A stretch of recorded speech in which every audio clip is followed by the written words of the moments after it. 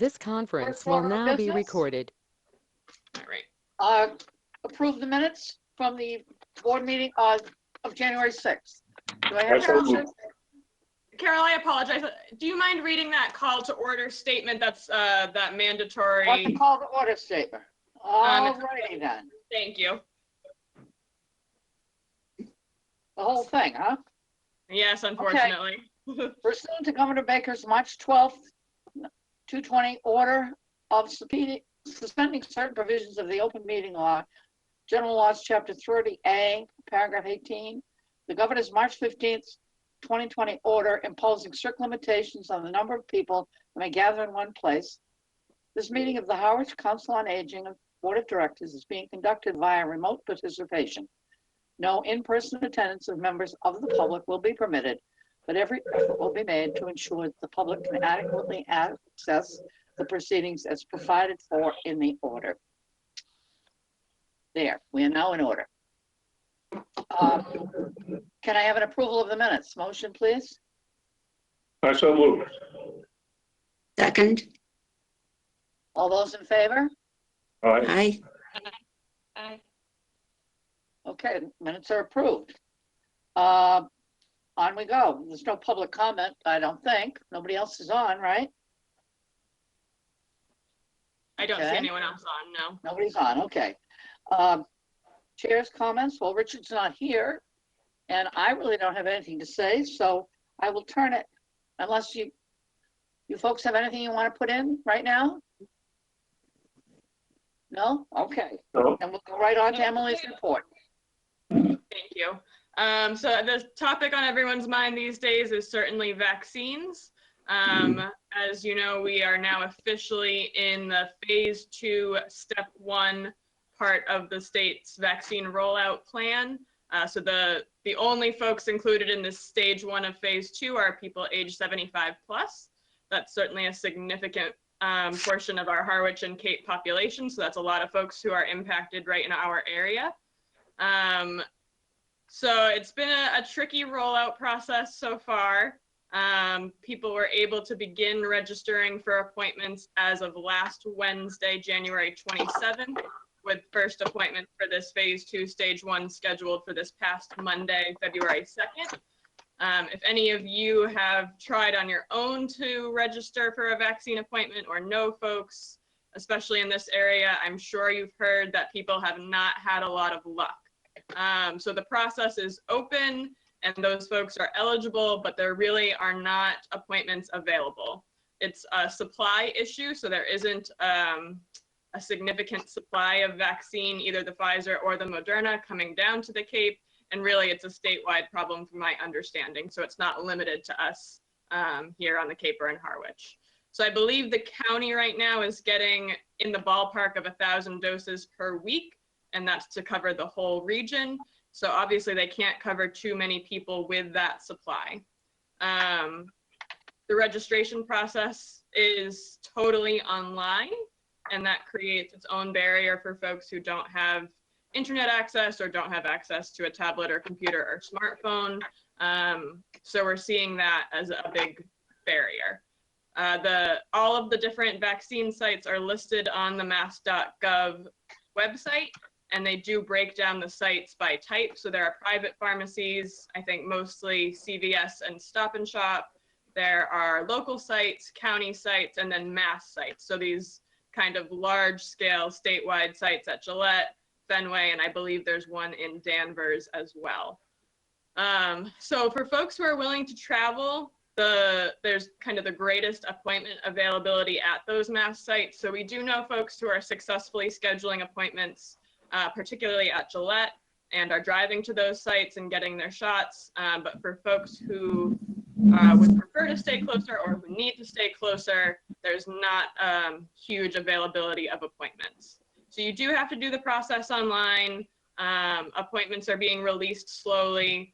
We've heard anecdotally that folks are having better luck if they log in, in the middle of the night. It seems like new appointments are being released at 11 o'clock or midnight. So some folks we know are kind of setting an alarm and trying to register between like the 12 and 3 a.m. time slot and are having some luck.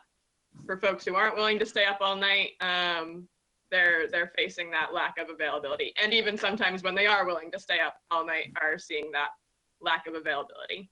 So right now we're really bound by the lack of supply, but here at the COA, we're working on plans to help people with registration. So we've received guidance from both the county and from the State Executive Office of Elder Affairs that COA staff and volunteers are allowed to help people by phone. So we can fill in their personal information, we can get their verbal consent by phone and then check the box on the registration for them and submit it. So we're working on a plan to do that effectively.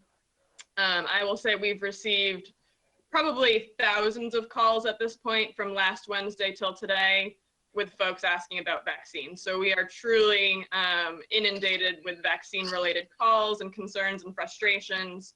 And we're doing our best to, clarify expectations and timelines and let people know that they are a priority, they are eligible, but it may take a few weeks even for the 75 plus group to get their vaccine. So we're trying to kind of clarify where we're at and what people can expect, and then working on a process to help people directly once there are appointments available. I'll give you kind of a broad outline of our plan, though it may change as we get new information. But tentatively, we're planning for next week, the week of February 8th, to designate staff time to field these calls and to help people with registration if there are appointments available. And then once staff is really well acquainted with the different registration platforms, we're hoping to onboard more volunteer support to help with that. And we're looking at the following week of February 15th to start designated on-site volunteer hours to complete that process. Again, it may be irrelevant on that timeline if there aren't appointments available, but we're working really hard to be able to scale up quickly once those appointments are accessible to folks. So right now we're taking information, we're signing people up. We have a robocall list that we can blast out information to folks who opt in as soon as we have it. And then we're also starting a screening process to kind of differentiate between folks who would be able to do this on their own, but maybe need help getting to the right website or knowing what information they need to register. But once they have that information, could do it independently. A second group of people who will really need staff or volunteer assistance to complete the registration by phone. And then a third group of people who are homebound. And we mean this in a very strict definition of homebound, literally people who would need ambulance transport to leave the home. Because the state and the county and town are working on a separate plan to vaccinate those folks who wouldn't be able to make it to a vaccine site. So we're working on kind of breaking folks into 3 groups and then following up with them as appropriately and as we have more information. The other piece of this, so if we do help people by phone, we'll then be required to print and mail their confirmation information. So they'll need a hard copy confirmation when they go to the site. So that's kind of its own logistical and cost burden. But I have confirmed with Carol Capola, our finance director, that those printing and mailing costs will be CARES Act eligible expenses. So we have a funding mechanism to do that. So that's not a barrier for getting that information to folks. It's just a logistical coordination issue. So that's kind of where we've gotten in the last week. We still have some questions about how the different online registration platforms work. Unfortunately, CVS uses a different process than Stop and Shop, than the county, than the Mass site. So we're just trying to make sure we're really well equipped to start taking those calls once we're able to. So we're working out the logistics, we're working out the timing, and then once everything's finalized, we'll publicize it as broadly as possible. So I don't know if anyone has any questions, or if you're getting questions from folks in the community that I could maybe help answer, or point people to other resources. We're certainly doing our best over here to be supportive and helpful and informative throughout this process. Well, it sounds like you're doing a fabulous job. I know it's just a complete nightmare, but you're doing a fabulous job, Emily, as always. And thank you for that. Now you've got programming updates you want to talk about? I see a hand from Angie. I don't know if that was on vaccines. Yeah, I was just curious. I know Sarah and Pete will be on tonight on a roll call kind of information. Do you have any idea of how much of the vaccine may actually be coming to the Cape? I don't know that, and I don't think anybody knows that, is my understanding. I just had a call with Barnstable County Human Services yesterday, and have been in contact, with our own health director, Megan Eldridge, and it seems like we expect this supply shortage to extend for probably at least a couple of weeks, and that the county doesn't actually get that much notice about when they're getting a new supply of vaccine. So when they get a supply, they try to stand up these clinics quickly. There was, I think on this past Friday, they announced a clinic at the Melody Tent and somewhere in Falmouth or Mashpee, but they just had to stand it up quickly because that's when they got the supply, and then those slots filled up before I even knew about it. So it's happening quickly without a lot of advance notice, but we expect this shortage to be in place for a while. I'm really glad you mentioned that call. So there is a call tonight on the 3rd at 5:30 with Julian Sear and Sarah Peak and a number of other stakeholders in this process. And that has a capacity of over 50,000 call participants. So we certainly advocate that folks call into that for information. It is focused on the next stage of phase 2. So for folks age 65 plus. So I think they'll be sharing useful and important information about what kind of the next stage of the vaccine rollout will look like for our area. So I would certainly advocate that folks call in if they're able, and I'm happy to, I will be planning to call in, and I'm happy to share information from that out to you guys and out to the public as well. Did that answer your question, Angie?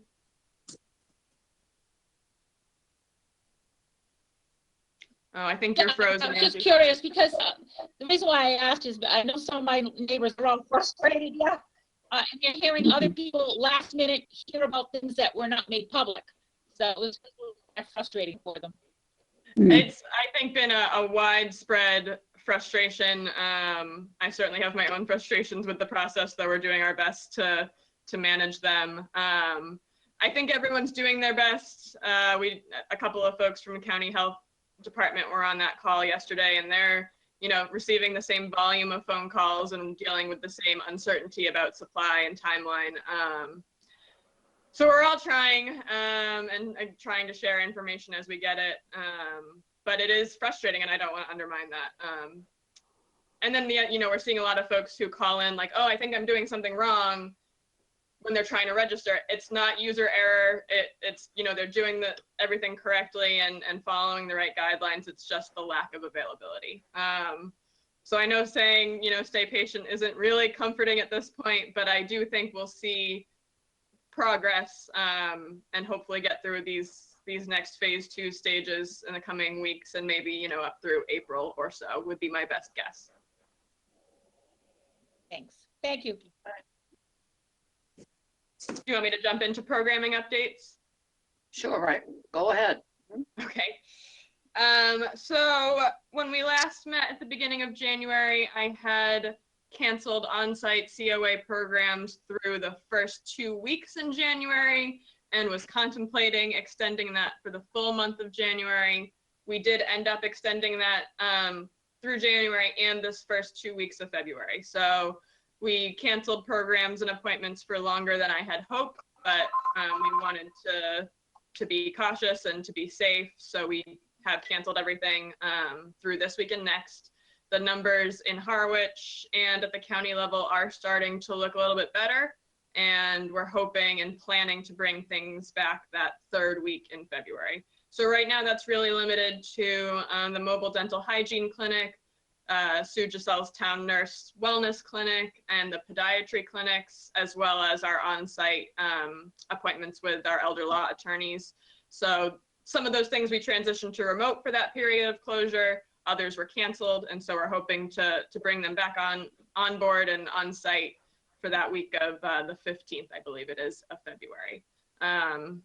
We had cut down our van capacity from 2 passengers per trip down to 1 passenger per trip, and we've maintained that through the 2nd week in February as well, but are planning to go back up to 2 riders that for the second half of the month, again, in light of the decreasing numbers. The other kind of significant programming update is that we are working to bring the AARP Tax Assistance Program back this year. That's always been an on-site program, and it requires, you know, an hour and a half or 2 hours with someone sitting down with a tax aid volunteer, and that's not feasible for us under these circumstances.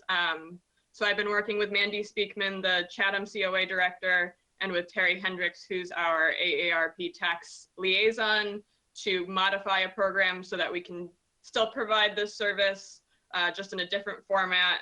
We're still finalizing the details, but our anticipated timeline is to start the first week in March, to go all the way through the filing deadline of April 15th, and to do kind of a limited on-site document exchange model. So people will still come on site.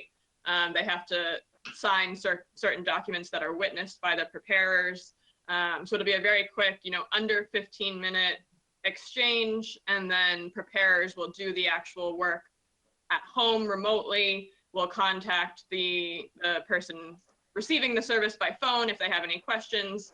And then once the return is complete, they'll schedule another, you know, 5 to 10-minute appointment on site to return documents and witness one more signature. So it is kind of a labor-intensive process and a labor of love, but we know a lot of people rely on this, and so we're really committed to finding a way. So the other change is that we're planning to do it here at the Harwich Community Center. In the past, as we've partnered with Chatham, it's been at the Chatham Community Center, so Harwich residents have gone to Chatham. All Chatham town buildings are entirely closed to the public, and probably will be for the foreseeable future, so it wasn't viable to hold this program there, so we're transitioning to holding it here. So it is in the works. It's a little bit later than normal and in a different format, but we're committed to providing it and in kind of the final stages of nailing down a plan. So we're excited that we will be able to offer that in a modified format. So I think those are really the, yes. So I think those are the biggest programming updates. Let me just take a quick other peek through this. Yeah, I think those were the highlights. So if anyone has any programming questions, I'm happy to address them, or I can move on. Okay. Any questions, anyone? Okay, then move on. All right. So the next part was volunteer needs. I do like to include this kind of each month to give updates. After last month's meeting, I think I know you guys shared information in your own channels or maybe through social media about our remote friendly visitor program. We had been looking for 10 new volunteers to help with that, and we received them very quickly after that meeting. So thank you all for your support in spreading the word on that. Julie's coordinating that program, and she had kind of an introductory meeting with all 10 volunteers yesterday. So we're really looking forward to putting that program in place.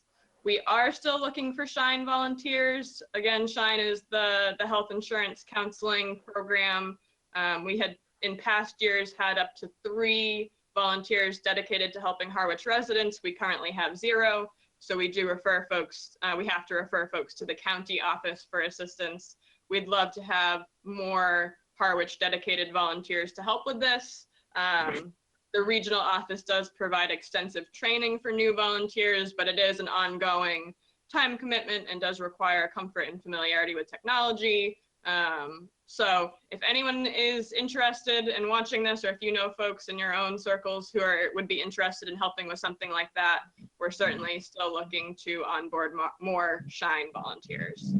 And then the other 2 areas we're looking at are for volunteers who might be interested in helping with vaccine registration. It is, again, an entirely online process, so it would be someone comfortable talking to someone on the phone, taking their personal information and entering it into a computer database. So you would have to have pretty extensive comfort with computer internet technology, but if anyone's interested in that, that's kind of an immediate need that we're looking to fill. And then kind of on the flip side of that, I've reported in past months that we're all set on lunch drivers. We're currently looking to transition some of the lunch drivers who are more experienced with technology to help with this vaccine role, and so would be looking to fill behind them to onboard new lunch drivers to help, especially during this vaccine registration few weeks or months. So that's kind of where we're at for volunteer needs. Again, if anyone has any questions, I'm happy to do a deeper dive. Okay. Good. And I Sounds- that's it for my This girl, Emily. Yeah, I think getting out the word for volunteers, that's, of course, you put that call out, over social media and so forth. Right, okay, terrific. Well, let's just hope that people respond to it. God knows it's a need. Definitely. Okay, I guess that lines it up for Emily for today. What about you, Joanne? Do you have anything for us from I Elder do. Services? Yes, our meeting was last Tuesday, and there was a financial audit of elder services. The CPA said it was a good, sound financial report and no issues of growing concern. The company City Fresh in Quincy was awarded the contract for Meals on Wheels. In December, there was 116 ombudsman visit to nursing homes with practicing safe, due to COVID. Let's see. Clinical home visits are done with precaution, with many visits done remotely. They are considering to permanently have some staff working remotely. It would be a savings on additional space, would be savings at the cost. So they are considering that to be maybe permanently having some of them work remotely.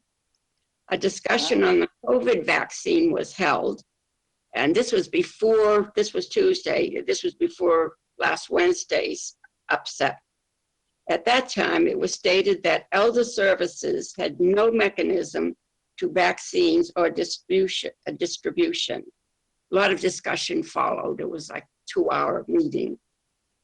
But nothing concrete in their discussion because it's all obsolete now with what happened Wednesday. And our next meeting is February 23rd.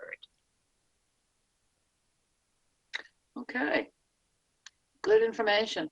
Emily, is there any plans or any talk of perhaps having a drive-in clinic at our COA building? The way we did for the flu vaccine. Wonderful. Mm. So Sue, the nurse, and I did meet with Megan Eldridge probably about 2 weeks ago now, though I'm quickly losing track of time.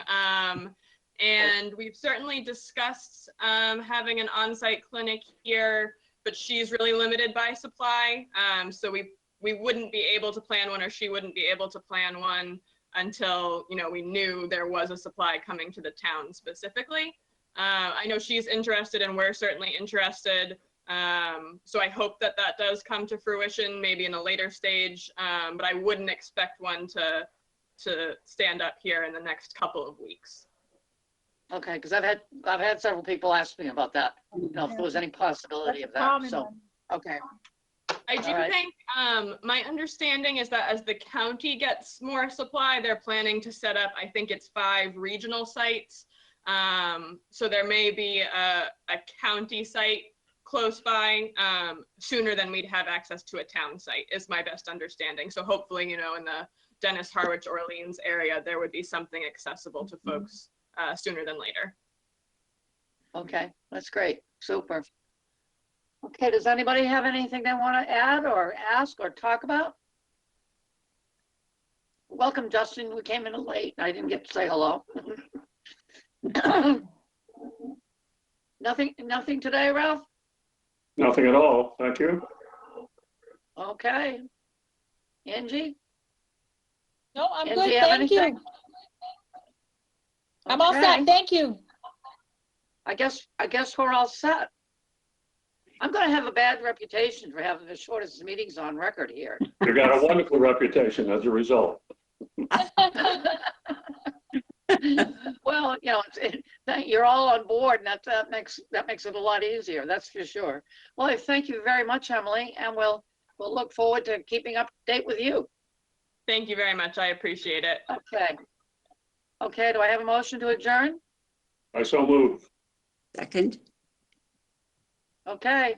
We are now adjourned. Oh, can I just have you take a vote on that, Carol? A vote, all right, yeah, a vote to adjourn. Thank you very much.